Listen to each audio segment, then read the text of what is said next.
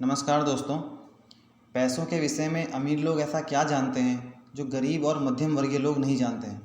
हम अक्सर यह देखते हैं कि अमीर लोग और अमीर होते जाते हैं, जबकि गरीब और मध्यम वर्ग के लोग वहीं के वहीं ही रहते हैं।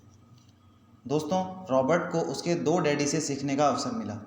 एक उसके अपने डैडी थे, जिन्हें वह पुअर डैड के नाम से पुकारता था, जबकि दूसरे उसके मित्र के डैडी थे, जिन्हें वह रिच डैड के नाम से पुकारता था। रॉबर्ट के दोनों ही डैड अपने अपने कैरियर में सफल थे, लेकिन दोनों का सिखाने का नज़रिया बिल्कुल अलग था। एक ओर जहां पुअर डैड कहते थे कि पैसे से प्यार के कारण ही सभी समस्याएं होती हैं, पैसा ही सभी बुराइयों की जड़ है, वहीं दूसरी तरफ रिच डैड कहते थे कि पैसे की कमी के कारण ही सभी समस्याएं जन्म लेती हैं।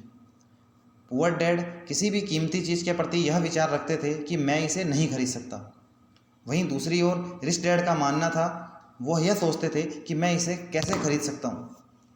उनका मानना था कि जब आप यह कहते हो कि मैं इसे नहीं खरीद सकता, तो आप अपने लिए सीखने और सफलता के सभी दरवाजे बंद कर लेते हैं। आप अपनी तरक्की होने के रास्ते बंद कर लेते हैं। इसके विपरीत यदि आप यह कहते हैं कि मैं इसे कैसे खरीद सकता हूँ, तो आपका दिमाग अपने आप ही उस दिशा में कार्य करने लगता है। आप पूरे उत्साह के साथ उस कार्य में लग जाते हैं और आपके सम्मुख उसे पाने के रास्ते दिखाई देने लगते हैं। पुअर डैड स्कूल के अच्छे मार्क्स तथा अच्छी नौकरी पर जोर दिया करते थे, जबकि रिच डैड आर्थिक साक्षरता पर बल देते थे। पुअर डैड अपने मकान को अपना सबसे बड़ा निवेश मानते थे। उनका मानना था कि उनका मकान उनकी संपत्ति है, जबकि रिच डैड उसे केवल अपना दायित्व मानते थे। उनका मानना था कि आपका मकान आपके लिए तब तक संपत्ति नहीं साबित हो सकता जब तक कि आप उसे किराए पर न दे दें। वह हमेशा लाइबिलिटी की अपेक्षा एसेट्स बनाने पर जोर देते थे।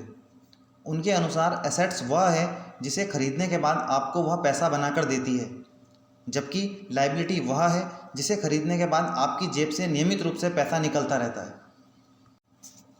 इसे इस बात से समझते हैं कि मान लीजिए आप कोई कार खरीद रहे हैं। अब जैसे ही आपकी वह कार शोरूम से बाहर आकर आपके घर में आती है, वैसे ही उसके दाम पहले के मुकाबले कम हो जाते हैं। इसके बाद नियमित रूप से वह आपकी जेब से मेंटेनेंस, पेट्रोल, इंश्योरेंस, ड्राइवर आदि के रूप में पैसा निकलवाती ही रहती है। यह आपके लिए एसेट साबित न होकर एक लायबिलिटी साबित होती है। लेकिन वहीं यदि आप real estate, shares, bond, certificates आदि में निवेश करते हैं, तो उसकी कीमत कम होने के स्थान पर बढ़ती है और फिर आपका निवेश किया हुआ पैसा एक समय आने के बाद आपके लिए पैसे बना रहा होता है। अमीर लोग पैसे के लिए कार्य नहीं करते हैं, वह पैसे से अपने लिए कार्य करवाते हैं, जबकि गरीब और मध्यम वर्गीय लोग अधिक पैसे कमाने के लिए ही कार्य करते हैं। अमीर लोग अपनी आय से एसेट्स इकट्ठा करते हैं और एक समय बाद वह एसेट्स उनके लिए आय बनाकर देती है, यानी उनका पैसा उनके लिए कार्य करता है। वहीं गरीब और मध्यम वर्गीय लोग अपनी पूरी आय लाइबिलिटीज़ खरीदने में ही गंवा देते हैं तथा फिर कर्ज के जाल में फंसकर सारी ज़िंदगी मेहनत करके उस लोन को चुकाने में ही व्यस्त हो जाते हैं। ऐसा इसलिए है क्योंकि गरीब और मध्यम वर्गीय लोगों के पास फाइनेंशियल लिटरेसी का अभाव है। दोस्तों, पैसा कमाना कोई बड़ी बात नहीं है, लेकिन पैसा बचाना अवश्य ही बहुत बड़ी बात है। आपके द्वारा कमाया गया पैसा आपके पास कितने दिनों तक ठहरता है और आप कैसे उस पैसे से अपनी आय के और साधन बना सकते हैं, यही फाइनेंशियल लिटरेसी सीखने की आवश्यकता है। गरीब लोग सोचते हैं कि कम पैसा ही उनकी समस्याओं की जड़ है। यदि उनके पास अधिक पैसा आ जाएगा तो उनकी सभी समस्याएं समाप्त हो जाएंगी, जबकि ऐसा नहीं है। हकीकत में यदि उनके पास अधिक पैसा आ भी जाए तो वह उस पैसे को भी जल्दी ही बहुत सारी लायबिलिटीज़ खरीद कर समाप्त कर देंगे। जब किसी की सैलरी बढ़ती है तो वह उसी के अनुपात में उसके खर्च भी बढ़ जाते हैं। वह अपनी खर्च करने की आदत को नहीं छोड़ सकता, इसलिए उसके बढ़े हुए पैसे भी समाप्त हो जाते हैं। उनको यह समझना होगा कि सैलरी बढ़ने से समस्या हल नहीं होगी, बल्कि फाइनेंशियल लिटरेसी का ज्ञान प्राप्त करने से समस्या का समाधान होगा। अधिकांश लोगों को यदि ज़्यादा पैसे दिए जाएं तो वह केवल कर्ज में ही डूबेंगे, क्योंकि उन्हें उन पैसों को मैनेज करना ही नहीं आता। अमीर लोग पहले संपत्तियां इकट्ठी करते हैं और फिर खर्च करते हैं, जबकि गरीब लोग पहले खर्च करते हैं और फिर संपत्ति बनाने की सोचते हैं। खर्च करने के पश्चात उनके पास इतना पैसा बचता ही नहीं है जिसे वो संपत्ति बना सकें, जिससे वह सारी ज़िंदगी ऐसे ही बिता देते हैं। यदि आज किसी के पास बहुत पैसे हैं लेकिन फाइनेंशियल लिटरेसी नहीं है, तो बहुत ही जल्दी वह व्यक्ति अपने सारे पैसे गंवा देगा। अमीर बनने के लिए आवश्यक है आर्थिक दृष्टि से साक्षर बनना। अमीर बनने के लिए आवश्यक है फाइनेंशियल लिटरेसी का ज्ञान प्राप्त करना।